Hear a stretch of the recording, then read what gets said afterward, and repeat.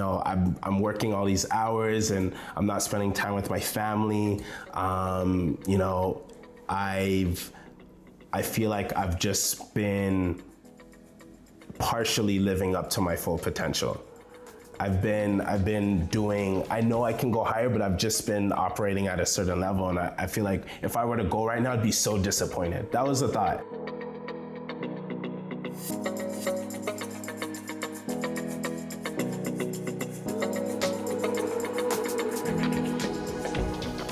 Hello, and welcome to The Art of Lost and Found, a podcast all about the process of creative recovery.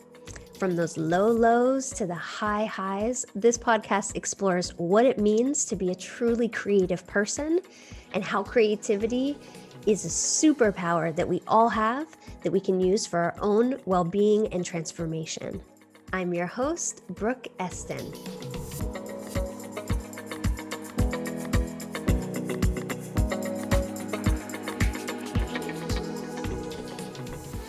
I am so thrilled to have Corey Johnson on today's episode. Corey is an internationally recognized brand strategist and brand identity designer, as well as being the co-founder of Viral Impact Studios, which he created with Prince EA, a spoken word artist and global phenomenon of an influencer with millions of followers. Through Viral Impact Studios, as well as his private client work, he helps influencers, entrepreneurs, and social enterprises to clarify their brands so that they can connect better with their audience, scale their impact, and strategically grow their business. More recently, he launched his music career under the stage name Corey Iris and has been launching track after track of heart-touching, feet-tapping, body-moving music that to me sounds a little bit like a cross between Drake and The Weeknd, but definitely with his own personal, unique flavor and style. Corey and I met last year, and while working together to clarify the ecosystems of brands that I was growing at the time, I was so struck by his creativity, patience, pattern spotting ability, and deep commitment to service. In this episode, Corey goes deep. He shares deeply personal experiences about his childhood and what led him into entrepreneurship in the first place, a near-death experience at a Drake concert that helped him to refocus on what really matters, and his exciting predictions about a more vibrant, diverse, and multifaceted future of the creative space. This is hands down one of my favorite interviews. I hope you enjoyed listening to it as much as we enjoyed making it.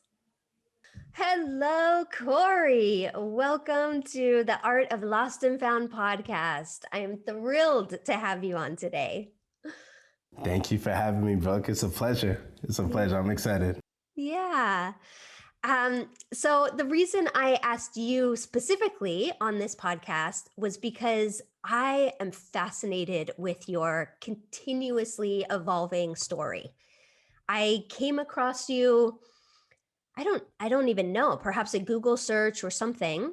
I found your brand work, was wildly impressed and really blown away by the work that you've done in the world, the clients that you've worked with, and just you had this clarity and confidence and structure to you, to the work that you were presenting, but it also had such energy and vibrancy and creativity.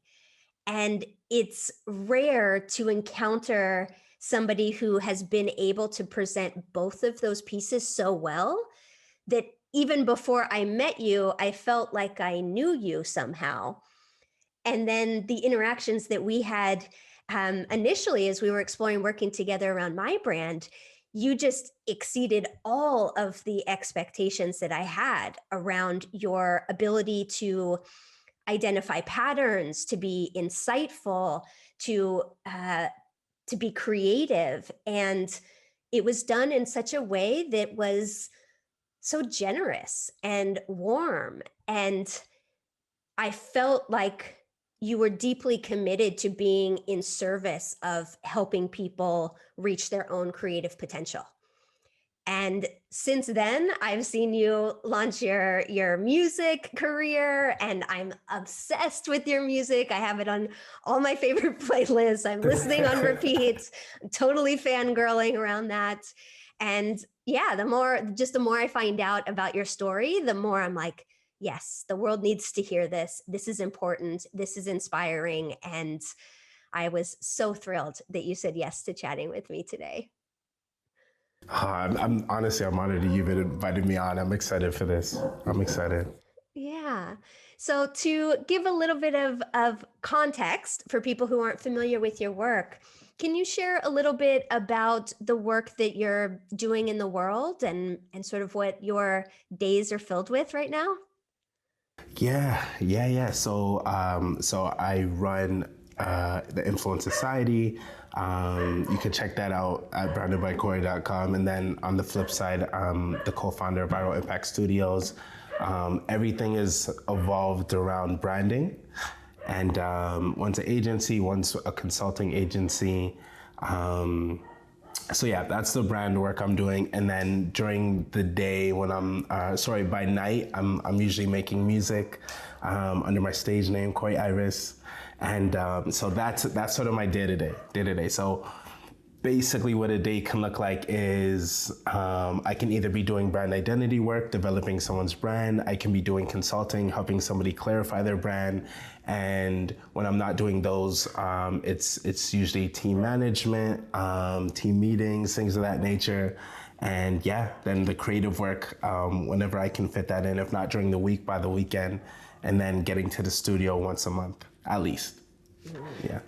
Very cool. Yeah. So that's pretty much that's pretty much me. Yeah. And you're doing that work now from what seems like an epic Bali experience. Yeah.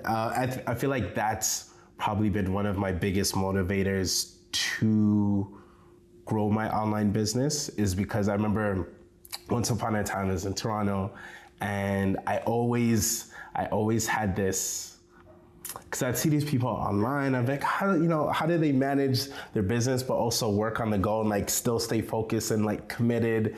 Because it was just hard to sort of encapsulate that idea, and it was just a vision I had. I remember going to sleep, or actually right before I would go to sleep, I'd open up Airbnb and I'd type in like places like Bali and like these places I wanted to go, and I'd look through these Airbnbs and I'd close my eyes and I'd visualize like me being in that Airbnb, sort of like living.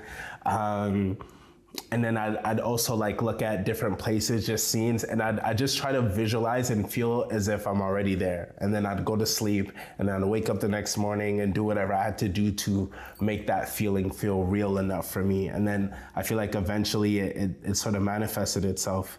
Yeah. Yeah. Did you do that just from an intuitive place, or was that like a law of attraction technique type thing, the visualization and into manifestation? Yeah, I think definitely came from a technique, just like YouTubing and things of that nature. Just because how, I guess more of like a strategy is like if you want to, bring something into reality, it starts from here. It starts from our thoughts, because our thoughts create, how we feel, and the way we feel dictate our behavior, and our behavior dictate the results we get. So I wanted to the best of my ability start to bring those thoughts, those ideas, and those emotions, because also the brain has the reticular activating system. And basically what that does is help your brain focus on, so essentially what we feed our brain is what our brain will continue to focus on, and it'll sort of blur everything out and just focus on that pinpoint. So once you feed it those goals and those visions and those ideas, it'll reverse engineer how you can best get there. Mm-hmm. I love that. And so I guess it's like the neuroscience side, but then also like the law of attraction side, where it's like, whatever you put out is what you're gonna get back, and whatever we focus on will pull together the people, the opportunities, the coincidences that will eventually get us to that place. So that's just my philosophy. Yeah. No, I'm with you there. the law of attraction without any of the additional complementary science, for me, feels a little bit too woo for me to really lean into. But then the neuroscience without the mystery of how the world works and how encounters and opportunities and serendipities start to reveal themselves. I think it's the synergy between the two. I would love to unpack a little bit before we get deeper into your story and go Yeah. more into the creativity piece. As a professional creative, who somebody, in your work, you have creative deliverables, like creativity is made tangible. How Yeah. do you think about the concept of creativity? Like, what does creativity mean to you? That's a really good question. It can mean a lot. It can mean a lot. It's quite an open book. I think in context with, let's say, my branding work, it can be figuring out, okay, what's the overall arching strategy here, and how do we take this strategy that's going to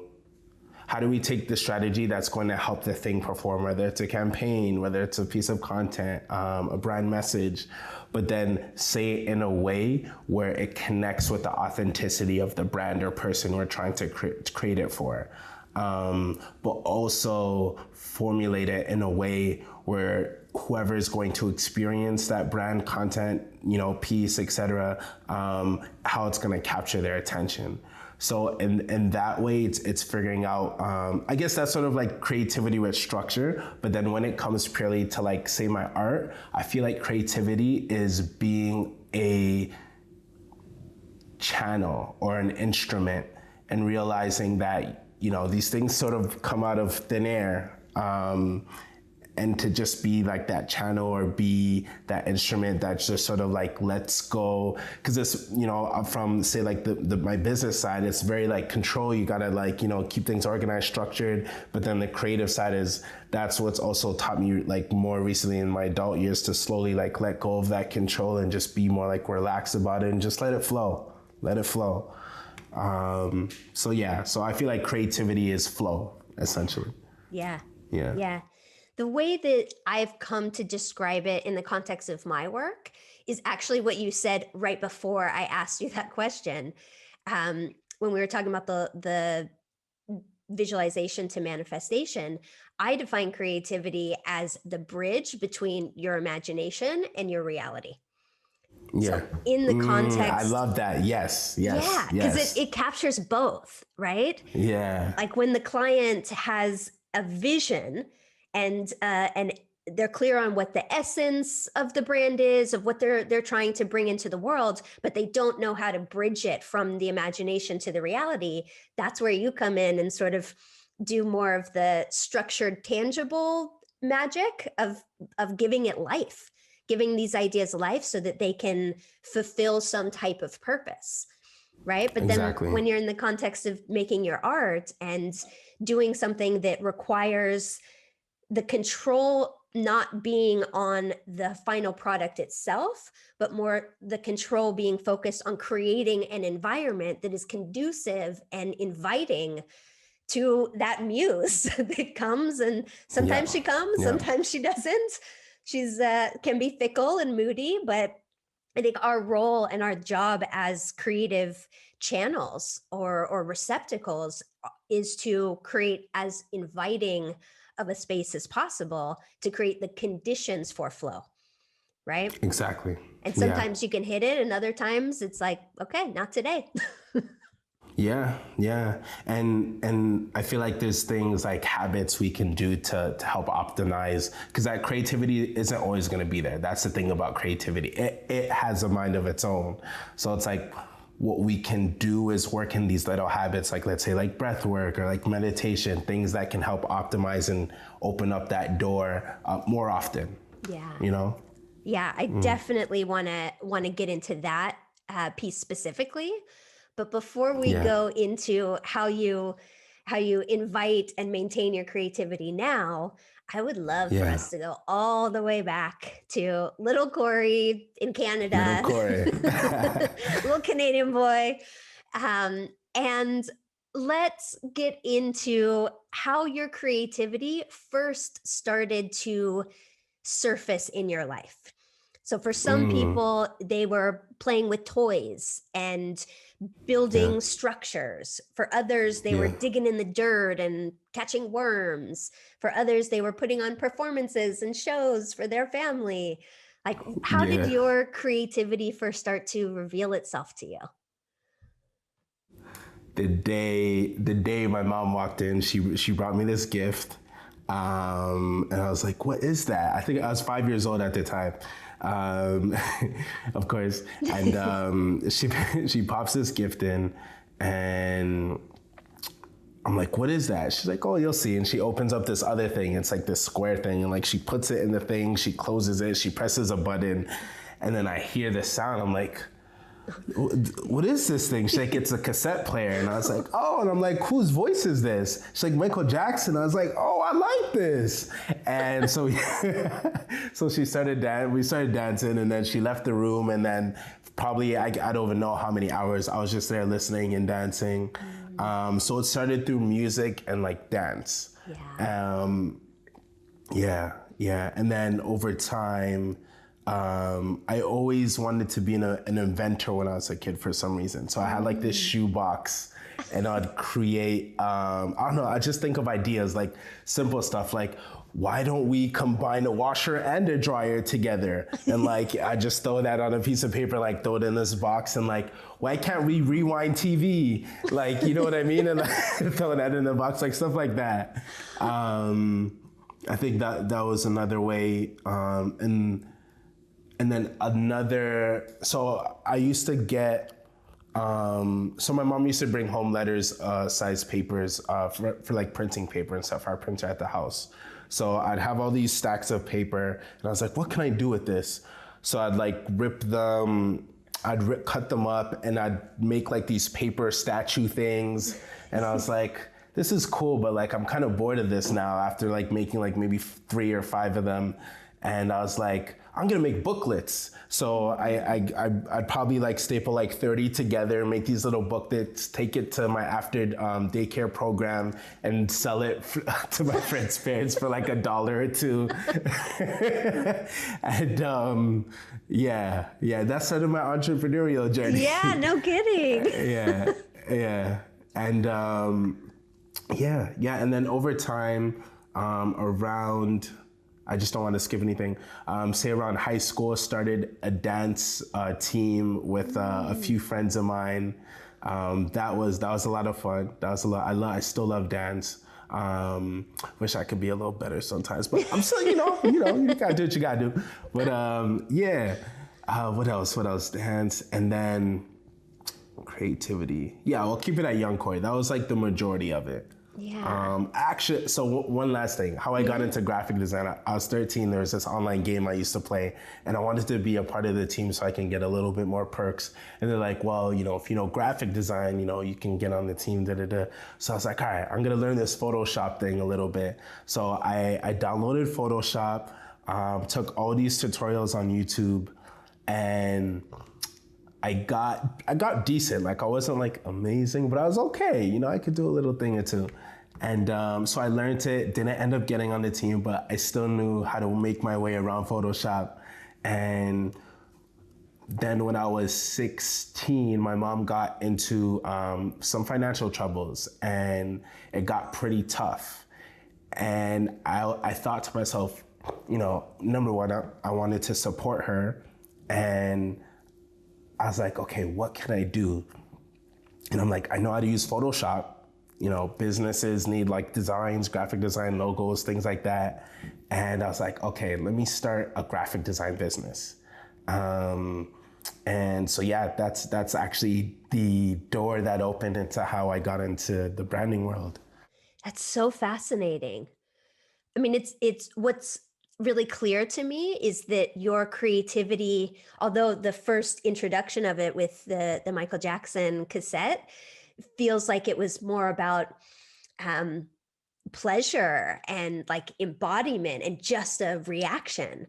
But then as you went deeper into how creativity started to evolve from there, there's a really, really strong practical element of your creativity, like with the inventions of having a washer and a dryer, and it's just so clear that you were already thinking beyond just yourself and thinking about how can my creativity be in service to other people. And it's not surprising to me at all that the entrepreneurial piece came in so early, because when you're thinking about creativity from that perspective, or in that channel of like, my creativity is connected with other people and connected with the wider world, versus more of an internal creativity, like imaginary friends or just having a painting or drawing practice, it's not shared with anybody else. The flavor of your creativity has service baked into that. So it's always so fascinating when I ask this question, so far, 100% of the time, what has come up in that childhood creativity is the same thing that people are doing now, but just in a different manifestation. I guess just to backtrack just a little bit. Yeah. There are two subtle signs of, there's an entrepreneur sign, and then there was the music sign. Around the time I was, actually the entrepreneur side pops up again. When I was in grade 6, I remember we were learning about career. Don't mind the volley dogs. We're learning about like careers and stuff. We had like maybe a couple months talking about that, trying to get everyone, I guess the teacher was trying to get everyone thinking like, okay, where do you want to go in the future? Yeah. And I remember he'd went around the class, and it finally came around to me, and he said, Corey, what do you want to do? And I was like, you know what? I want to be a businessman. And he's like, well, what is that? And I was like, I don't know. I want to be a businessman. He's like, well, you should probably choose something within, there was an actual list, and people were just choosing things off this list. And I remember saying, and he's like, choose something else, choose something from the list. I was like, but I don't really want to choose something from the list. I just that's what I want to be. And then it got to a point where I ended up saying, all right, I'm going to be an accountant. Oh. And we literally had to, yeah. And I remember from that conversation, because that was the first time actually, like at least myself, actually thought about careers and whatnot for the future. And there was a rebellion and a rebelliousness in me that sparked up after that conversation, because I felt like someone else was trying to impose their idea of me onto me. Yeah. And I was a little bit of a class clown too, if I'm being totally honest. And I feel like that might have bumped up my class clown tendencies after that conversation. Yeah. Now there's positive connotations. We call someone like that a disruptor. Exactly.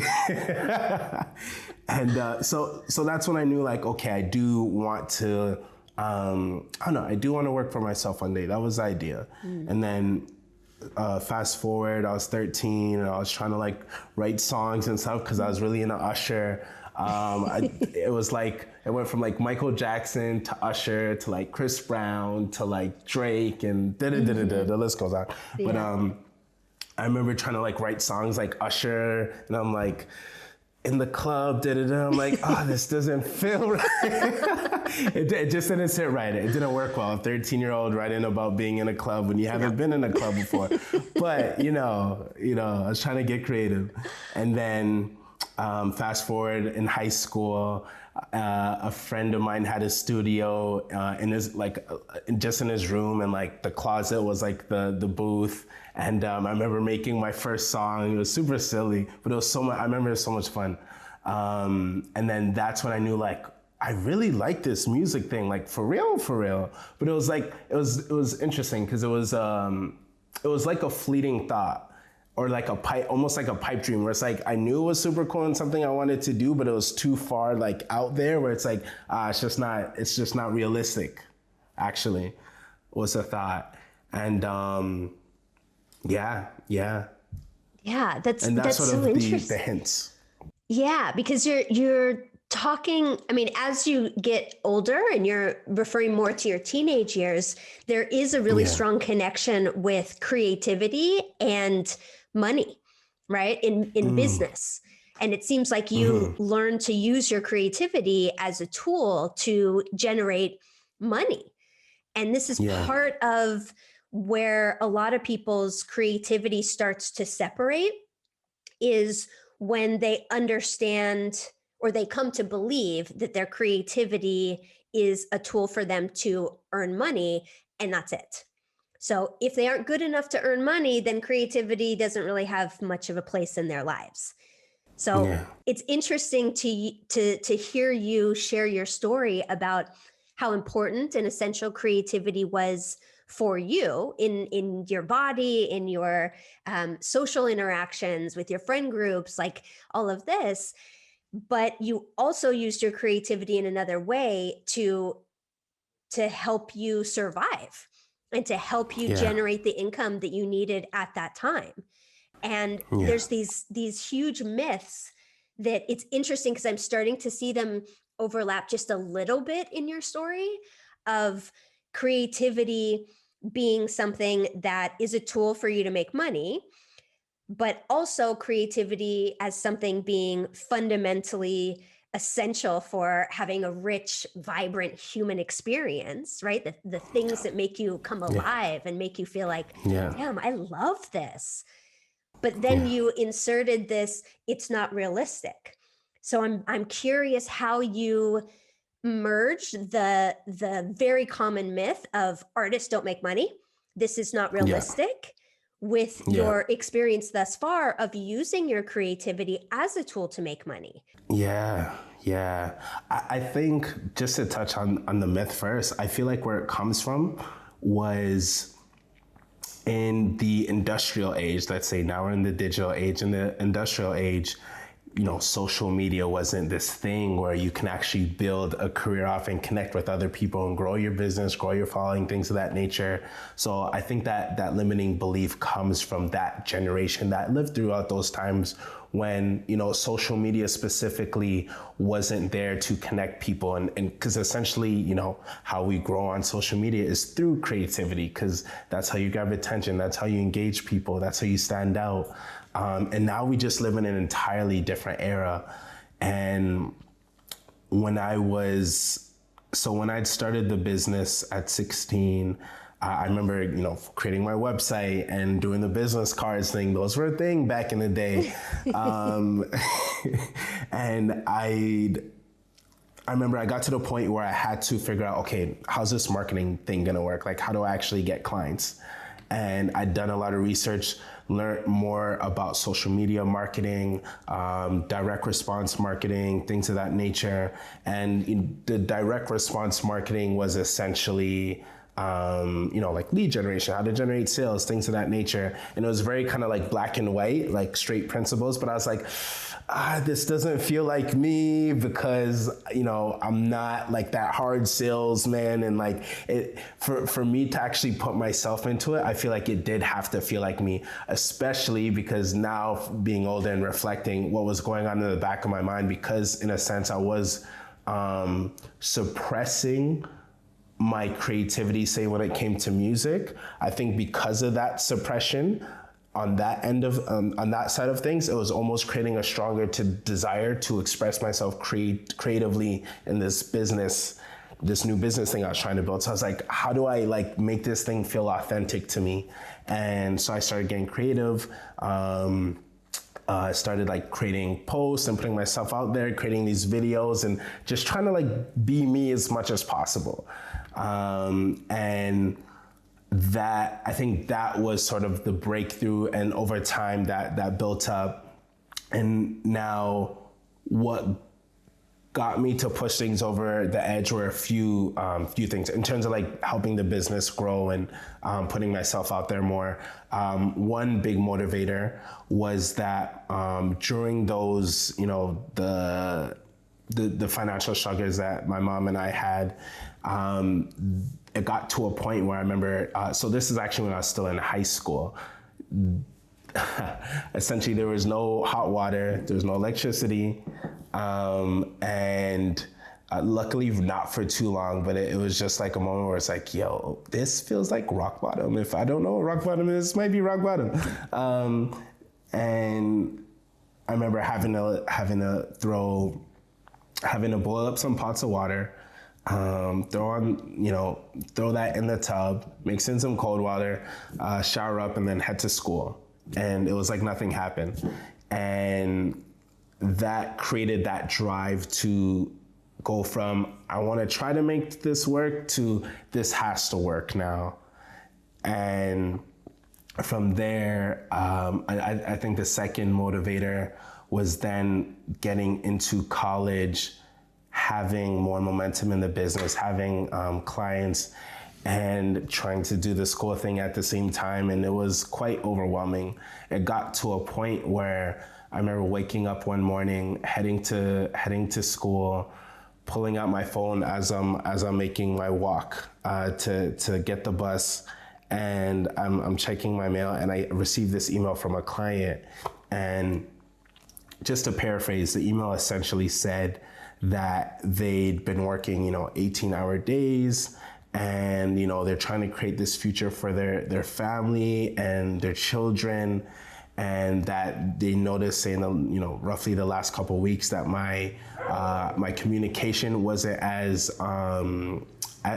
thorough as it had been previously, because my school workload was kind of taking a hold of things. And two things popped up in my head. One, I realized that I didn't realize the impact of the business side of things, how that was going to impact other people or create a future for someone else. And then the second piece was, I really got to go full time into this thing, and I have to leave school. Like, there's no other, this feels more real to me. And I remember getting home that night, speaking to my mom, and honestly, bless her, she's always stood by my decisions, even when they did not look like, decisions that you should stand behind. But yeah, she trusted me. She said, if this is what you feel you need to do it. My mom always told me as a kid that, and I think actually this is what drives my behavior subconsciously. She's always told me, Corey, you can do, you can do anything. If you want to be the president, you can be a president. If you want to be an astronaut, you can be an astronaut. If you want to be whoever, all you have to do is, if you work hard enough, you'll get it. That's it. And I definitely think that belief system has helped me through moments where I feel like it was very easy to break down. I sort of created a new story and a new narrative, and it helped me push through. Yeah. And so yeah, she said, okay. Sorry, my voice is a little cracky right now. So she said, okay. And I went to go speak to my teacher, because I was like, okay, my mom's on board, but let me make sure, this isn't just an emotional impulse decision. I want to make sure that this is a legitimate decision. So I spoke to one of my professors, and she said, Corey, look, what's your goal after this? What do you want to do?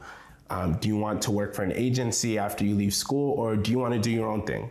And I said, honestly, I do want to do my own thing. And she said, well, let me see your portfolio. And I showed her my portfolio, and she said, Corey, then you don't need to be here. Yeah. That as soon as I got that confirmation, I was like, okay, I'm good.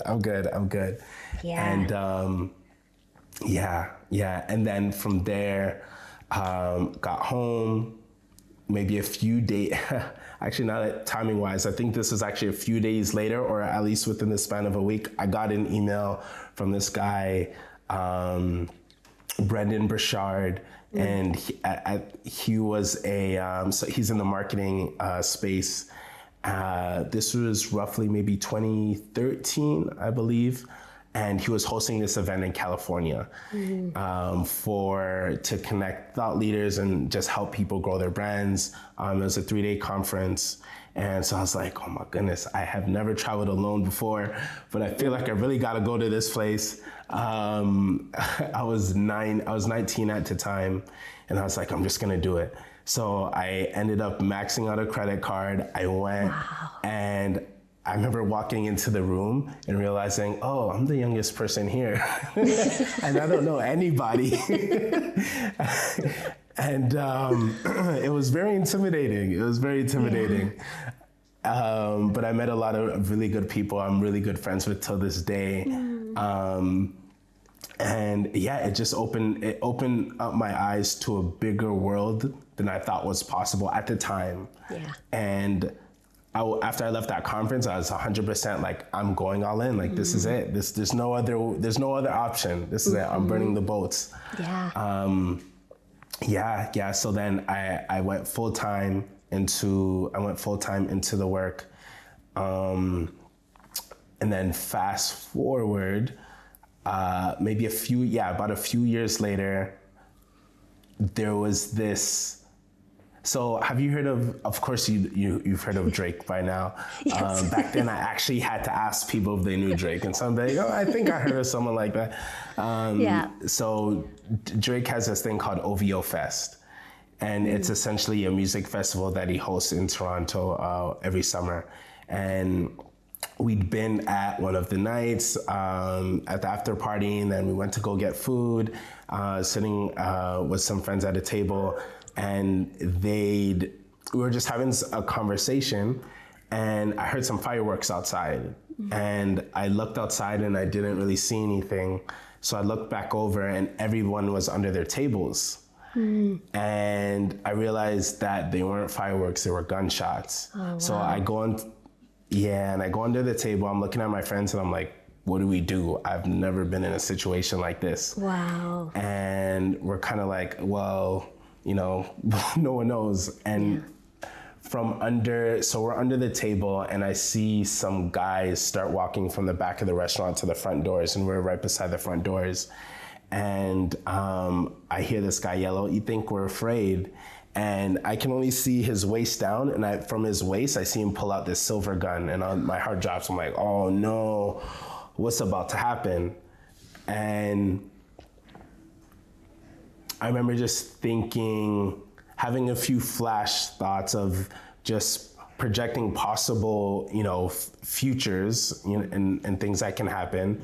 And this other guy from the back of the restaurant doesn't say a word. He pulls out a black gun, and I'm like, okay, this can get really bad because we're right in front of the entrance where this is happening and we can't really move. And I look at my friends, and I'm saying it cooler than it was. Honestly, I was freaking out. I was silent, but I was freaking out. I was thinking in my head, I'm working all these hours and I'm not spending time with my family. I feel like I've just been partially living up to my full potential. I've been doing, I know I can go higher, but I've just been operating at a certain level. And I feel like if I were to go right now, I'd be so disappointed. That was the thought. Like if something happened, let's say a worst case scenario, I was highly aware that I have a feeling everything's gonna be okay. But like worst case scenario, I'm in this situation, something happens, I would not be happy with this turnout. So fast forward, I was okay, of course, we're here. The guys end up, they came in and they, they said everything's all good. And everyone just got up from under their tables and just ran out. Everyone stormed out the restaurant. And I left the restaurant a different Corey. No kidding. Yeah. Wow, that's incredible. Yeah. And then, the reaction you had was a very Canadian reaction. Like, ooh, fireworks? Yeah. It's like, what? Oh, yeah, you're Canadian. Yeah. Okay. Anyway, keep going with the story. Fire. And after that, I got home and I made a decision. I'm gonna make this business thing like really, really work. And that's when I started like visualizing like the trips, like living in different places. Interesting, actually. Now that I'm saying that out loud, I feel like that created a drive for me wanting to leave. Yeah, I think that drama is, in a way, part of the process of waking somebody up who's gotten too comfortable or too committed to that grind. right? Where you feel like you don't Yes. have time to pause. You don't have time to reevaluate. Like you just need to push through to the next project or the next deliverable or the next thing. And then like I have been noticing and what I shared with you before we started recording around the journey that a lot of people need to go through in order to reconnect with that lost part of themselves. And a lot of times it is some type of dramatic or epic loss. And maybe that's losing a job or losing a relationship or losing your health. Or maybe it's just the visceral response to that being so threatened. And so when you were in Mm. that moment, it didn't need to, like the bullets didn't need to hit you in order to shift that energy and open up the space to help you prioritize. And in that Yeah. moment, it seems like the priority was a check-in, a reevaluation, uh, like a hard talk with yourself to be like, okay, if I go right now, because I could go at any moment, but today I might get shot, you know, if that's the case, what legacy have I left behind or will I have left behind? And how do I feel about that? And when the answer to that is unsatisfactory, then I think it's natural and inevitable that something would have been catalyzed. And then the process is, or the next step is, what do you do with that? Do you numb that Yeah. out because you're scared? Or do you lean into that because you know how important and powerful it is? Yeah. Yeah. Yeah. Perfectly said. Yeah. Yeah. And I think it's so interesting also, because at the beginning of what you just shared, when you were talking about going to your professor and trying to evaluate, like, do I stay in school or do I leave? It was so powerful that the word that you used when she said, yeah, like, I think you're good to go, you didn't use the word permission, which is what most people have shared with me, that they needed some type of permission. You use the word confirmation, which I think is so badass because it reveals that you knew and you were connected to that knowing. And sure, you needed something outside of you to help push you forward because you didn't quite have that momentum or that energy building enough in you at that time. But I love that you use the word confirmation because, yeah, it reveals that you had that confidence and that sense of purpose even before you knew how to actually do that or how one gets from point A to point B. And you also shared a lot about how you taught yourself what you needed to know and about how you connected with community. And I think that's a big piece that often gets lost in the creative process is the community piece. Because when we think of the Yeah. traditional artists, we think of them alone in their studio doing crazy Yeah. experimental things, but Yeah. everybody that I've talked to that has been able to fully integrate their creativity and build a lifestyle that supports that has a really strong community aspect. Like it was part of the catalyst. It's part of what continues to build that momentum and that forward movement. And so it's sort of perfect that you shared that without me needing to even ask about that piece because it is so fundamental in crossing the chasm from this is something I do for me in my bedroom or in my closet recording studio to this is something that I am bringing into the world that is almost more like a dharma than a hobby, right? Like this is part of who I am and I need to share this as part of my purpose because if I don't, I'll be disappointed in myself when I die. And I'm so struck with your story of how you found yourself in all these different situations and you used your creativity mixed with having a really clear and healthy perspective while also having skills and community and like the tangible tools and things that you need to do what you want to do well, like well enough to sell it, well enough that it can generate income is such a potent combination. Yeah. And it Yeah, feels yeah, it's powerful. registered. Yeah, it's just one of those things where you're always you just I don't get to reflect on all those things. You know what I mean? Through these conversations, I get to like stop for a second, and So thank you. I appreciate that. Yeah. It's such a pleasure. I mean, nothing lights me up more than stories of discovery and redemption.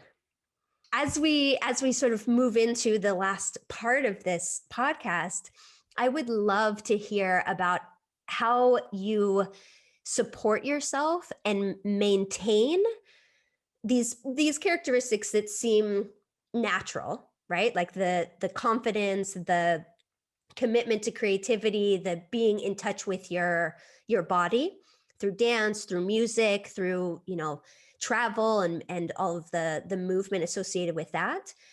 But how do you now design a lifestyle for yourself that supports both your growing and expanding business? You've just launched another business, Viral Impact Studios, and also making enough space for your blossoming musical career.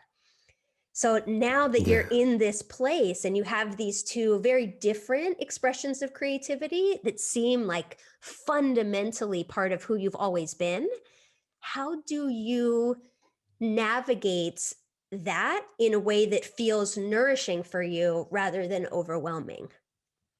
Yeah, yeah. It's definitely been a discovery process, like figuring out like how do I create that balance. Yeah. And so like, for example, for the first idea was, okay, I'm going to have a specific season where it's like, okay, this is my creative like music season, fourth quarter. That's when I really like work and I put out my next collection, let's say. And I realized recently I can't really do that. I need it more consistently. So now shifting to weekends. So during the weekends, that's when I'm creating. So like, for example, tomorrow I'll be in the studio from 1 to 7 p.m. And now in regards to like putting it out, maybe I can still release it in the fourth quarter, but during the actual creation process, I need to constantly be creating. Otherwise, during the week, I get grumpy. That's the reality. It's a balance here, Yeah.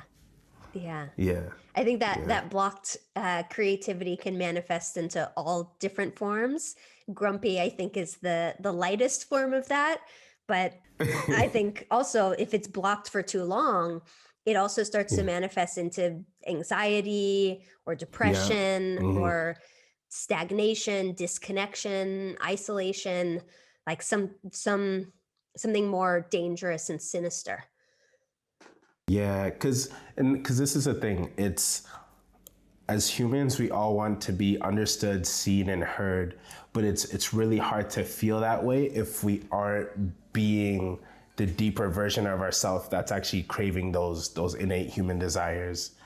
And it's a process. It's a process of taking off those identities, those more not the illusory identities that were sort of conditioned into us growing up, and slowly stripping those away until we finally find who we are and we can show that person to the world. And it's a process. It's definitely self-discovery, sort of trying out different things, seeing what works for you, what doesn't work for you. I think tools for me to get deeper into myself is 100% been through my creativity. It's also been quite the healing tool for me. But things like meditation, when I can meditate, breath work, gym's another thing. If I'm not going to the gym, I get a little bit grumpy during the week, but it's fine. It's fine. It's a balance.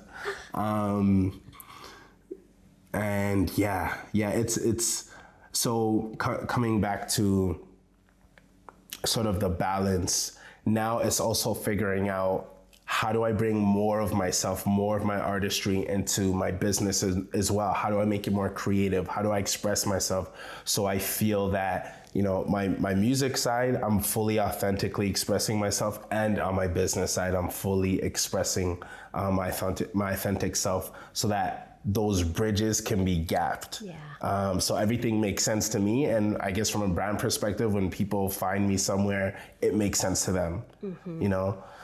So it's a process. It's a process. And yeah, I feel like we're always changing, we're always evolving, we're always growing. Yeah. So this is just something that we're always going to have to do little tweaks, little optimizations as we grow older and older. So yeah, this is life. Yeah.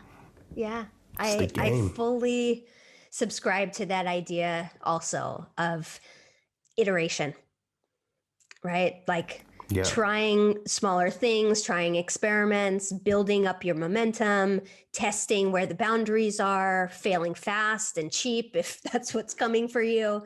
Like really just being strategic with how you dance with your creativity.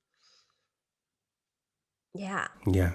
And I'd love also to hear how you balance the need for creative self-expression with the simultaneous need in a business context to connect that with an audience that's willing to pay for it. So how do you do that? That's huge. Yeah. So number one, it's figuring out figuring out the audience. So let's say you already have something, you already know what your gift, talent, or genius or skill is. It's figuring out what audience you feel you're going to naturally connect with the most and feel comfortable fully expressing who you are the most with. And then from there, it's creating content that's creative, that connects with you, but checks all the boxes. So it's figuring out, how do I creatively check all of the boxes? And obviously the boxes are like, you know, if you are selling a product, it's like, how do you do that in a way that's entertaining, funny, lighthearted, and you know, if you're creating a piece of content to talk to somebody's specific problem, it's like, how do you make that entertaining and engaging to watch, that's entertaining for you to, you know, create as well in the process. It's figuring out, when you're creating this thing, how can you also feel that you are authentically seen, heard, and understood as well, so that everything you put out, you're in complete alignment with.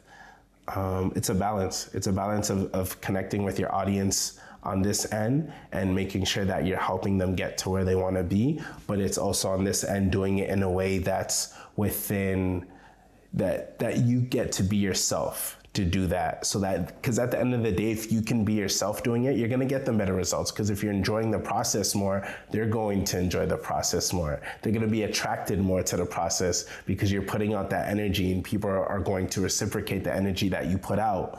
So I feel, it's combining that strategy with the creativity and your heart, your passion, you know? Yeah. And when you attempt that and it doesn't land, how do you recover and reorient? Yes. So the thing with art and creativity can be quite vulnerable, a vulnerable process. I think it's realizing that if people don't connect with it, it's not because anything was wrong. It's simply because it didn't connect. It's almost like having a number on the phone and realizing, they haven't been picking up because I've just been calling the wrong number. So it's figuring out how to create something that's going to connect with them, so that when you put it out, they feel called to watch it or connect and engage with it. So yeah.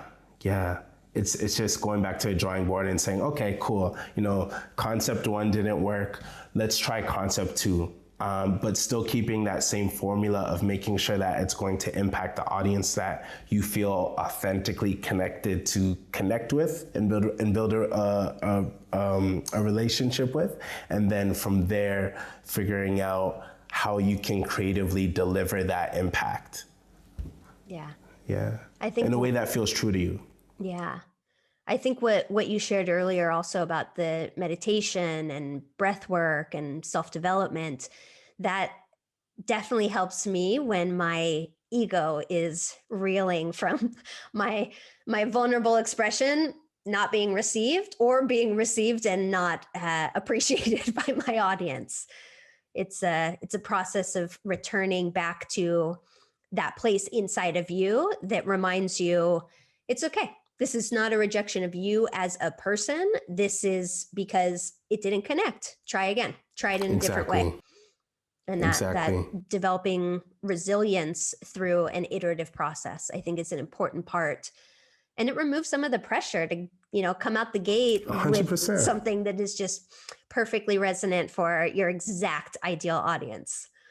Yeah, it's like music. If you look at a lot of artists' stories, the song that was the big hit that got them the most known was usually the songs that they're actually about to take away from the album because they didn't like it as much, strangely enough. So it's almost the unexpected, let's say, content we put out or creations that end up connecting the most. So yeah, it's just one of those things where we just gotta continuously put out whatever our form of creation is, and eventually it'll land, it'll connect. Sometimes the universe just has to decide when it's your time, The only thing we could do is be consistent and just keep trying. How many times again did it take Edison to do the light, to create the light bulb? A thousand. He found 1,000 ways not to make a light bulb. Exactly. So we have to have some Edison energy and just keep going at it. We gotta be resilient. It takes time. It takes time. So that's the journey. And I think now, just in closing, to sum this whole journey that you've been on and that you continue to stay on, if you had any words of wisdom that you could share with perhaps your younger self, what would those words be? I would say to embrace the journey, be as present as possible, let go of the future, and just enjoy the ride. That's it. Enjoy the ride. Because the things we're in a place where this whole game of life, this whole game is that on every level there's going to be a challenge, and that's the point of a game, because you have to beat each level, and the only way to beat a level is for there to be a challenge that exists. So I think it's to embrace the challenges, realize there's going to be a next one that's part of the game, and whenever there's a problem, don't call it a problem, call it a puzzle that you need to solve. Make it a game, gamify the experience.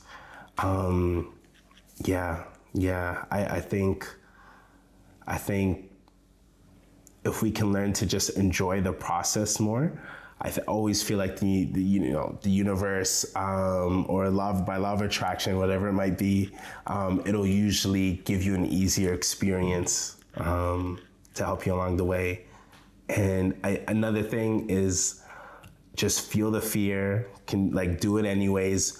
But realize that fear is a part of the game. It's not about overcoming fear and becoming fearless. It's learning how to manage fear and leverage it to create a new story, reframe certain things, and And finally, where can we follow along on your journey? What is next for you, and how can we show up for you like you've shown up for us today?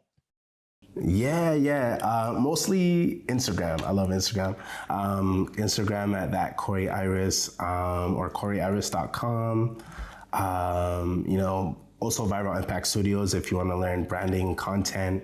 That's really about it. Awesome. That's about it. Great. Yeah. We'll put that in the show notes for sure, along with a lot of the other things we discussed, including the books and other resources that you've mentioned. So thank you so much for showing up and being so open with your story and being so reflective and, again, generous with your knowledge and experience and wisdom. It's deeply appreciated. honestly, thank you for opening up this platform, this space to me, for me to even talk about and express these and share these stories. I don't get to tell these a lot, so I really appreciate you inviting me on. Yeah. Thank you. Such a pleasure. Thank you so much for listening to today's episode of the Art of Lost and Found podcast. I hope that you are feeling inspired and empowered to go forth and explore your curiosity and creativity. As always, if you want any more information about any of our guests or the show notes or anything we discussed on today's episode, you can head over to www.brookeeston.com/podcast. Thank you so much, and looking forward to seeing you in the next episode.